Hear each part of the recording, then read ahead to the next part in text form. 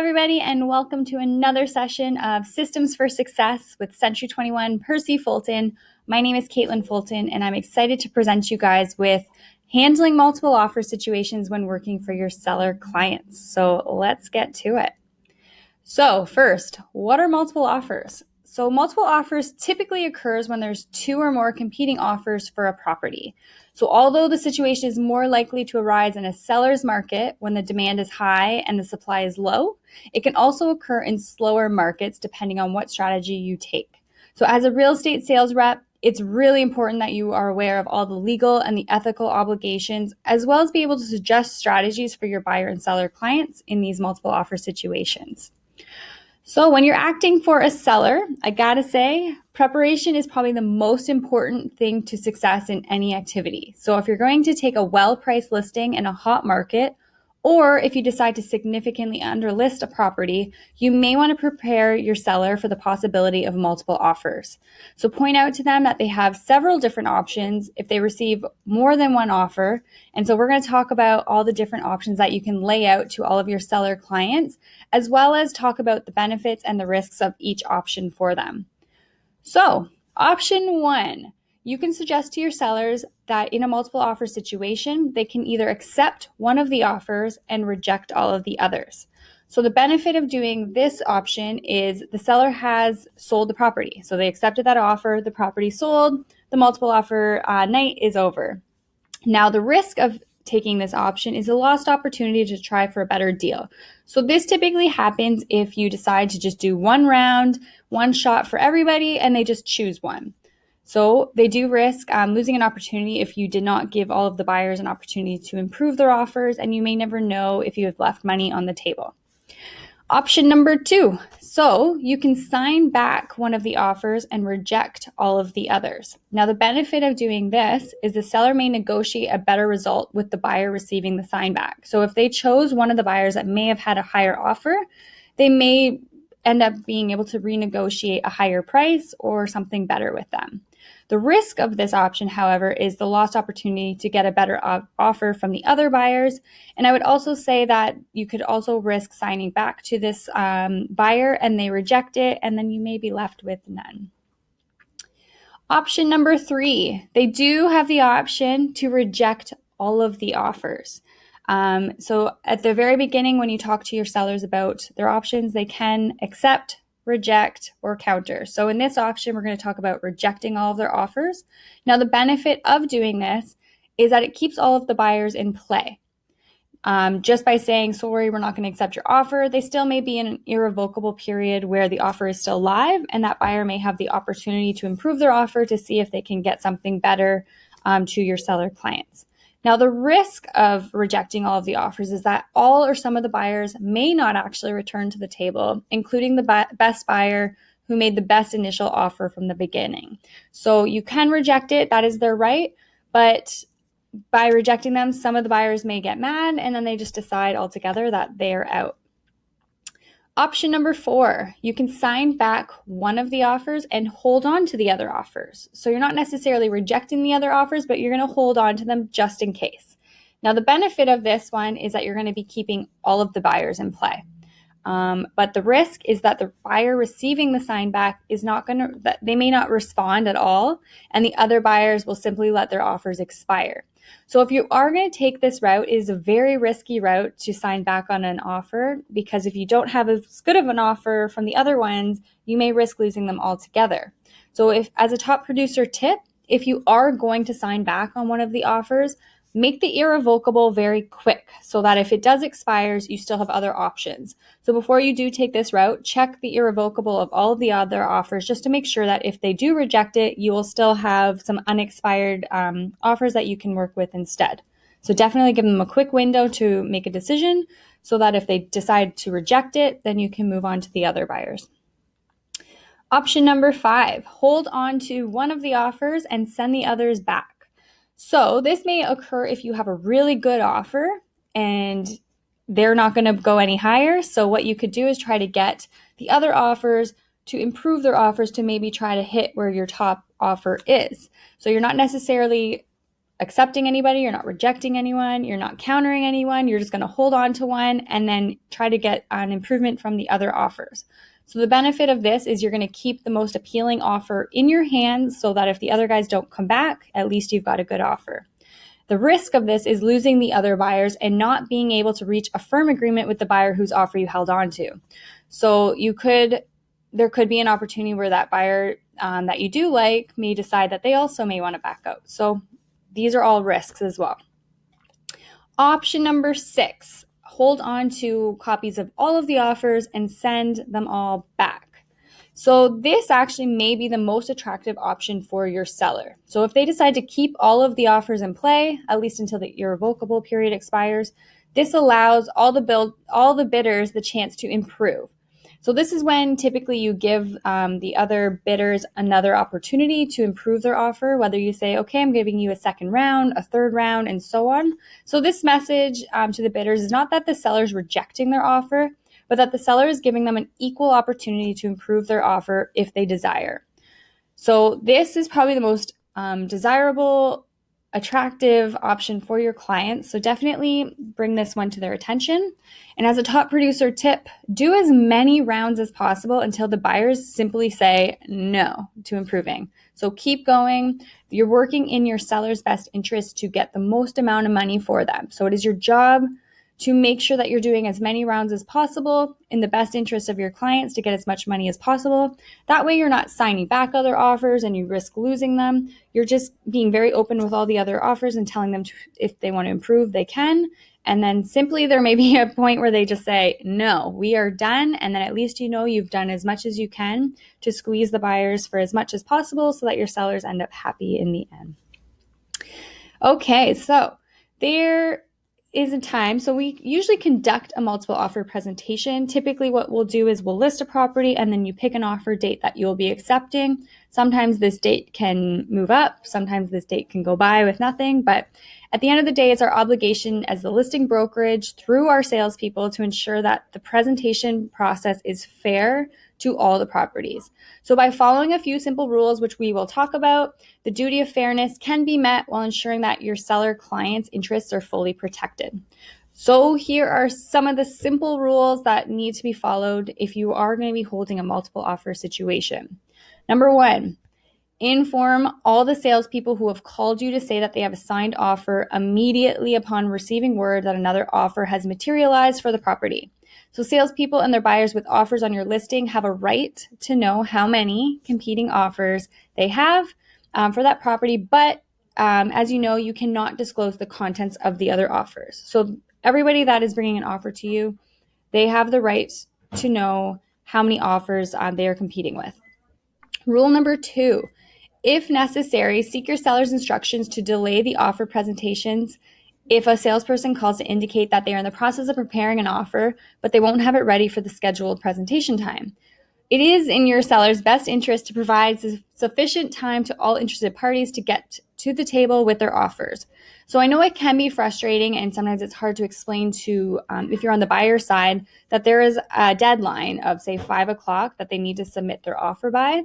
And then another buyer comes in around 6 o'clock with their offer. And at the end of the day, yes, you did set some rules of what time you would like to receive those offers, but it is in your seller's best interest to allow as many offers as possible come to the table so that they can get as much money as possible. So it doesn't seem very fair to everybody, but at the end of the day, your sellers are what's important. Rule number 3, at the offer presentation, it's considered proper etiquette to present the offers in the order that the listing salesperson received the notice of their existence, if possible. So make sure that the salespeople, if you are doing an in-person presentation, make sure that they're waiting to present their offers, are situated far enough from the room in which the presentations are being made, just so that you can ensure that nobody can overhear any conversations or anything like that. If you're doing it online, you can also present to your clients each offer in the way that they came as well, just to be proper etiquette. But if you are doing it in person, definitely whoever comes first is the first person to present their offer. Option number 4. So rule number 4. Once all of the offers are presented and your seller has decided on a response, you must inform each of the salespeople with a competing offer of your seller's decision. Buyers and their representatives have a right to know what the seller has decided to do with their offers, and it's just proper etiquette. So if you've decided to accept one offer and reject all of the others, definitely reach out to each agent that gave you an offer, thank them for their time, thank them for their efforts, and let them know that you've decided to go with another offer. A lot of the time, a multiple offer night can go on for a couple of hours. So you want to keep the lines of communication as open as possible and make sure that you're just being a professional and very grateful for everybody's efforts. Rule number 5, if you or another salesperson with our brokerage has one or more of the competing offers, it's a good idea to make sure that the salespeople for the other brokerages are aware of this fact. So you do have to disclose if you are bringing your own buyer or if an agent from the brokerage also has a buyer. And this is when the multiple representation comes in. So everybody needs to be aware of that. Rule number 6, if you have one of the competing offers and are offering your seller a reduced commission if your buyer is the successful bidder, or if another buyer's rep reduces their commission from another buyer, you must inform all of the other salespeople with competing offers that you are offering your seller a reduced commission. So this is just simply a reflection of the duty imposed upon the listing agency to keep the playing field level for all the bidders. So you have to give all of the buyer's agents an option to reduce their commission as well. Top producer tip. This is not always a good idea to offer the seller a commission reduction if they accept an offer from your buyer in the multiple offer situation. This could discourage other salespeople from bringing competing offers because they simply may not want to reduce their own commission, thereby weakening your seller's bargaining position with the buyers who do not come to the table, and nobody wins. So if you are reducing your commission, think about the other side. If you are bringing a buyer and you're competing with other buyers' agents that have been working with their clients for many, many months and lost on a few different bidding wars, they may find out that you're reducing your commission, and maybe it just turns off the other buyers and they may not come to the table altogether. So if you can avoid dropping your commission, it might work out in your seller's best interest as well. Rule number 7. If your seller chooses to sign back one of the offers and the buyer who receives the sign back comes back with a sign back of their own, you now have the opportunity to reopen the bidding to other parties. So you have to point this out to your seller that if this situation arises, and get your seller's instructions on what they want to do. So they can choose to proceed with the negotiations with the buyer in the sign back, or you can go back to the other bidders at the table and say, hey, we were signing back with another offer. They've put it back on our table. So if your buyers are now considering improving their offers, here's your opportunity to do so. So by following these very simple rules, you should be able to honor your fiduciary duties to your seller client while meeting the duty of fairness owed to your colleagues and the competing buyers. So at the end of the day, just be fair. I talk about this all the time. Be a very nice professional agent and be as fair and equal as possible. So think of yourself on the buyer side and how frustrating it can be when you work with an agent on the opposing side that is not communicating properly, isn't letting you know what's going on, and nothing's worse than 11:59 p.m. coming and the listing agent still hasn't told you if your client's lost the bidding war, and then it's just not a nice experience for anybody. So try to make this a positive experience and rewarding for your seller clients. Okay, so let's talk about the do's and don'ts for offer day. So have a detailed office policy and review it. So we do have an office policy here on how to run your multiple offer nights. So if you would like a copy of that, let us know. Do have an Excel sheet to keep yourself organized. So it's really cool if you do have, say, maybe 5 offers, and when you start to have a lot of offers, it gets very easy to get distracted and chaotic and unorganized. So if you can simply set up an Excel sheet with the agent name, their brokerage, their cell number, their email address, the price that they chose, the deposit that they chose, irrevocable, closing time, what conditions they included, and any other unusual clauses or things that you would want to point out to them. Definitely have an Excel sheet that just lays out everybody so that you can keep all of the offers very organized in your brain. And I always find that the contact information is very easy because then You can quickly look at the Excel sheet, and if you need to send them a quick text or a quick call, it makes it very organized for yourself, and offer nights can go a lot more smoothly. Do be easily accessible. So have your cell phone with you. Let your clients know that you may have to step out often to get on the phone and talk to people. Be accessible by text message, email. So the quicker you can communicate back and forth, the better. But just be easily accessible to them, because they've got buyer clients that are also on their butts. So they're going to be messaging you, getting updates as well. So try to be as open as possible. Do create a comfort zone for all parties. So definitely make it, like we discussed, a very comfortable situation, very inviting. You want all of the buyers to feel like they went in and had an equal opportunity. They felt comfortable. You were open. You want to be open with all of the agents and make them feel like they're also getting an equal opportunity. So definitely create a comfort zone for everybody. Do advise your clients of their choices and allow them to make the final decision. So we did discuss all of the different options above. You're going to lay out all the benefits, all of the costs, and all of that. But at the end of the day, your job is to guide your clients and let them know what their options are, and let them make the final decision. So you can't push your clients to make a decision and tell them what to do, but you can guide them into what could or could not happen based off what decision they choose, and let them make that educated decision for themselves.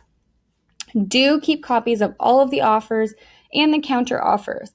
This is also important just in case somebody does come back and they don't believe you that you had a certain amount of offers, and then you're able to prove that you had it. So you definitely want to keep copies of all of those, and the 801s as well. Do make notes of any discussions and decisions and have everything in writing. So on offer night, it is really important. A lot of people like to make phone calls, but definitely if you can get as many emails or text message trails of anything of your conversations, just so if anything comes up, you have everything in writing and we're not going by your word. So if somebody complains saying that you didn't give them another opportunity, or you didn't notify them how many offers there are, if you have everything in written proof of what you did that entire night, it will make it very easy that if somebody does complain, that you have proof that you did everything correct and ethical. Do be open, fair, and ethical with all of the parties involved. They are bringing you a buyer. They are working hard. They're negotiating with their clients to help bring an offer to you. So be open, fair, and ethical. Just be a good person and try to involve everybody. And do always what is best for your seller client. So if you know that something is not in their benefit, don't do it for them. Always do what is best, which includes doing multiple rounds. Don't just do one round and call it done. Try to get everybody, even if they're the lowest offer on the table, go back to them and say, do you want to try again? You never know. They may come up $50,000. So whatever you know works in their best favor, do that for them. And do always be professional and calm. Leave your ego at the door. You never know when you're going to be at another agent's negotiation table on the buyer side. So we've talked about this in many different situations. Just be professional. Don't huff your chest. Don't get angry. Don't get aggressive. No yelling. Just leave your ego at the door. A lot of the time, the seller they're the boss. They're the ones that you need to be nice to. And then the buyers, if they start to raise their voice to you, just remind them, like, you are in the driver's seat.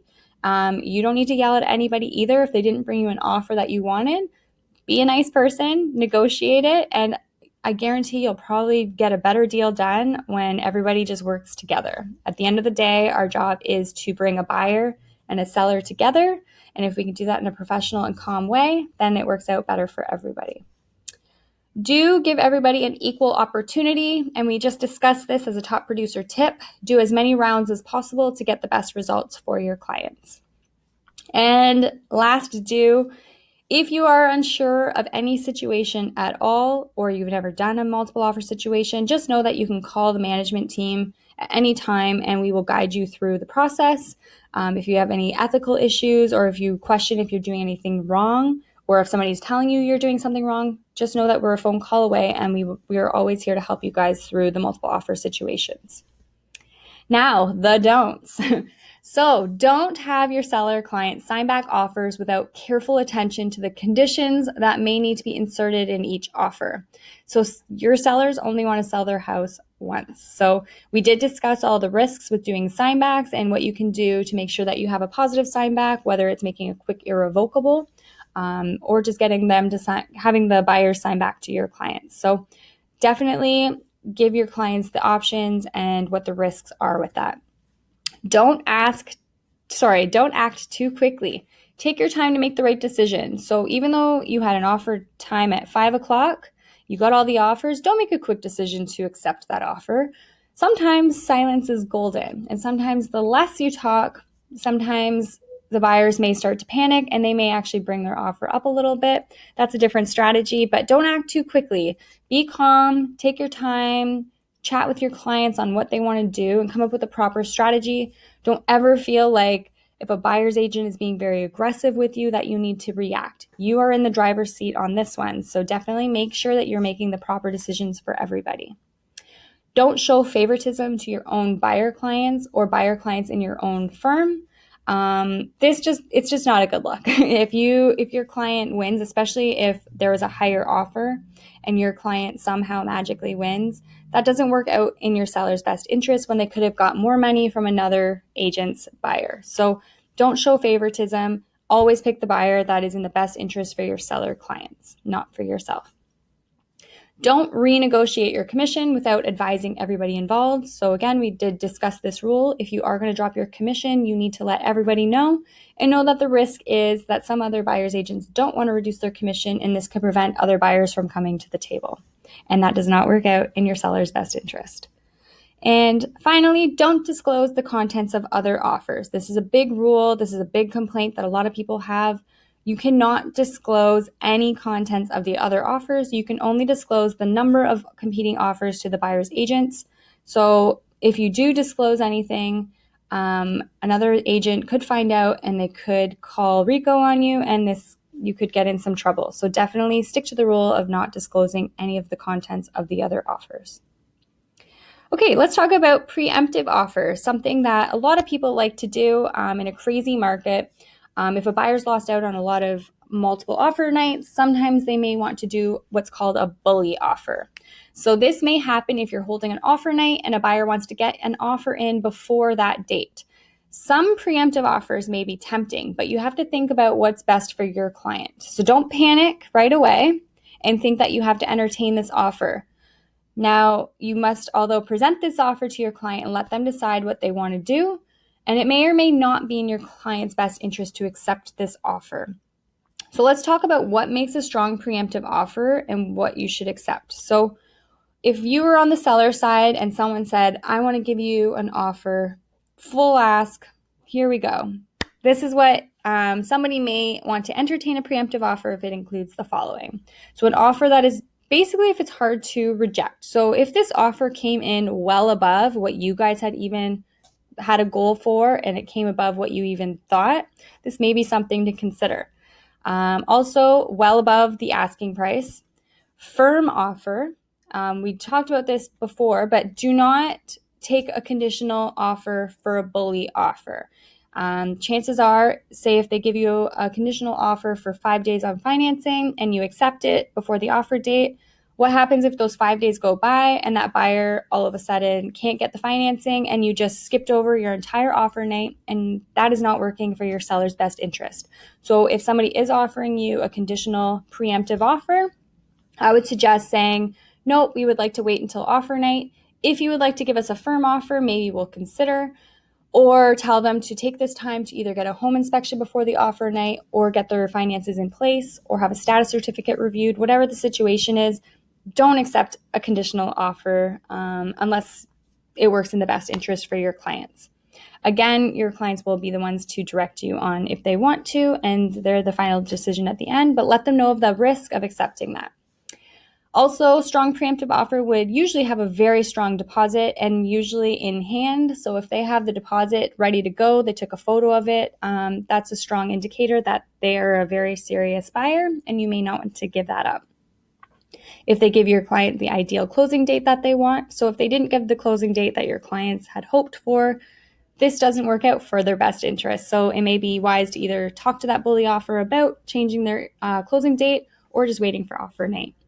Also, a strong preemptive offer usually entails a very quick irrevocable. So if this person is going to be a bully, they're not going to, it's not a comfortable feeling. You will feel panicked.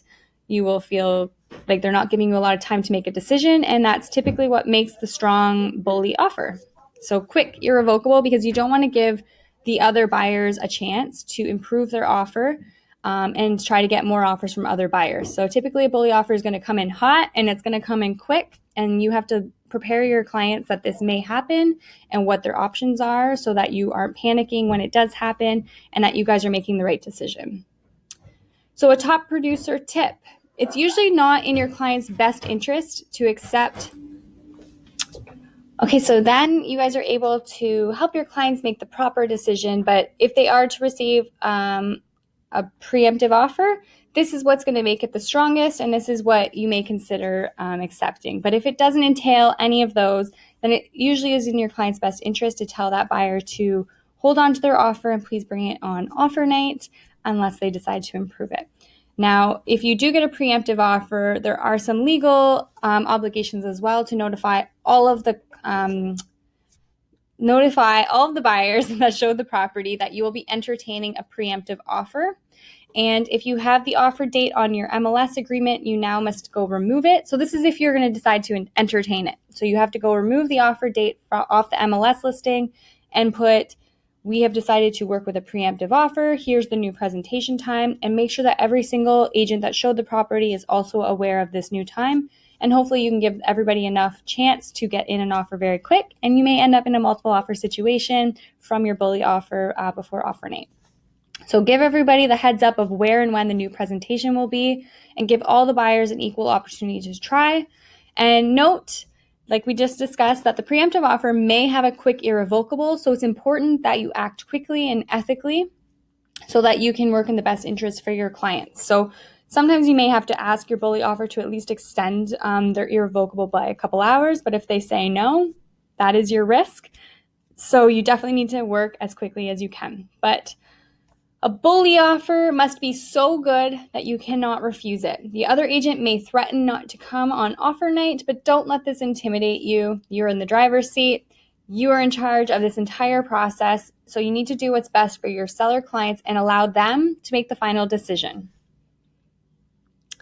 And finally, how to negotiate with your sellers. So there may be a chance or a time during the offer night where maybe they didn't get the offer that they were hoping for, or maybe they got a feel of how many clients were going to see their property and what prices. Maybe a bully offer came in and they were teased a little bit with the price, but maybe they started to change their mind on what price they did want, and they ended up changing the goal price to something higher. So there may be a time where you need to negotiate with your own clients during multiple offers. So here's some situations and some things that you can say to them. So one is convert it to pennies. So I understand that your offer is $6,000 less than you had hoped for, but otherwise it's a clean offer. So let me show you what the difference really means to you at the end of the day. If you added $6,000 to your next mortgage, it would cost around $36 per month, or about $1 per day. Are you willing to risk a counteroffer not being accepted for less than a cup of coffee a day? Number 2, focus on their next home. So focus on the lifestyle that their new home has to offer. It has a great location, good schools, close to shopping, large backyard. Bring to the surface all of these positive things that they love about the new house. Get them excited about moving, and then say, the offer isn't exactly what you were hoping for, but it isn't far off. So why don't we put a sold sign on your front yard and let you move on with your dreams? Number 3, meet them halfway. So there's only $6,000 standing between you and a sold sign. Would you even consider meeting the buyers halfway to bridge the gap? If you don't want to accept their $343,000, would you consider accepting $346,000? If we do, I think that the counter offer will be much more appealing to the buyers, and hopefully we can get your house sold. What do you think? And number 4, trade-offs. So if the sellers are not willing to negotiate or budge on their price, then see if there's anything else that they will concede to make the counter offer a little bit more attractive to the buyers. Will they accept the buyer's other conditions? Will they offer other incentives, like including the appliances or window coverings or maybe different pieces of furniture? What can they offer that would be of value to the buyers to come up with some sort of agreement on the deal? And finally, number 5, sellers help find a solution. So ask the sellers to help you find a solution. If you tell them what to do, a lot of the time they're going to feel like you're forcing them to give up ground. So it's always better to have them participate in coming up with the solution so that they feel better about the end result, and then everybody's happy. So these are some tips and tricks, guys, on how to handle multiple offer situations when dealing with your seller clients, which we are seeing a lot in our sellers market today. If you have any questions at all, feel free to reach out to me. It's caitlin.fulton@century21.ca, and I look forward to seeing you guys at our next Systems for Success.